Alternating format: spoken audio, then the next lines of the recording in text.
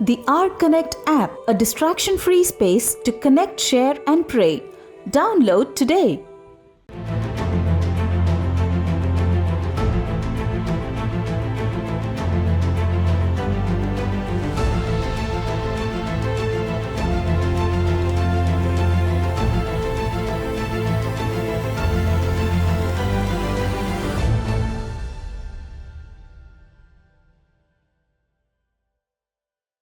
All it took was one man of faith to shake an entire nation and bring it to salvation.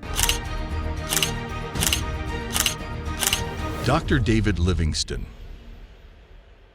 revolutionized the West's view of Africa with his true passion for Christ and the gospel. Born into poverty in a small town in South Lancashire, Scotland, David Livingstone was sent to work in a mill while he was only 10 years old. Young David Livingstone soon went on to save money and pursue medical studies in Greece. However, he encountered a very different calling. Having been inspired by a missionary tract of a scientist-cum-doctor, he met with Robert Moffat, a South African missionary who convinced him to go to South Africa for the Great Missions. In those days, 1,000,000 miles of Africa were unknown to many.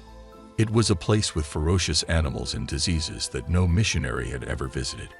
David Livingstone treated the Africans with courtesy. He would sit for days outside the village to learn the customs and culture of the local people. Determining to open a trade route from the interior African coast, he set sail from the Eastland and marvelously found himself across the entire continent. Upon returning to Britain, he was widely recognized for his achievements and welcomed as a hero.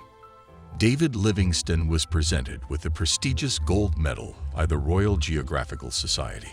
And for the first time in his life, Livingstone was living a wealthy life until he decided to return to Africa, since he believed that through Christianity, legitimate commerce, and civilization, the slave trade could be undermined. Having dedicated his life as a trained medical practitioner to treating Africa's many diseases, he was highly influential in developing tropical medicine.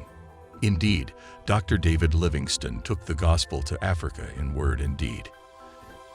His life was documented to detail by journalist Henry Morton Stanley in his bestseller, How I Found Livingstone, which touched the lives of many. No, I came to find you, Doctor. Find me? Livingstone fell sick, but had no intention of leaving the African continent despite his deteriorating health.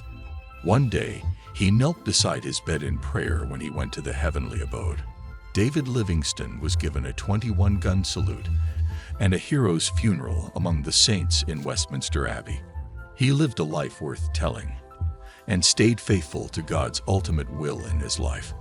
Dr. David Livingstone's tombstone reads, "Brought by faithful hands over land and sea, David Livingstone, missionary, traveler, philanthropist." And in his words, once said, "All that I am, I owe to Jesus Christ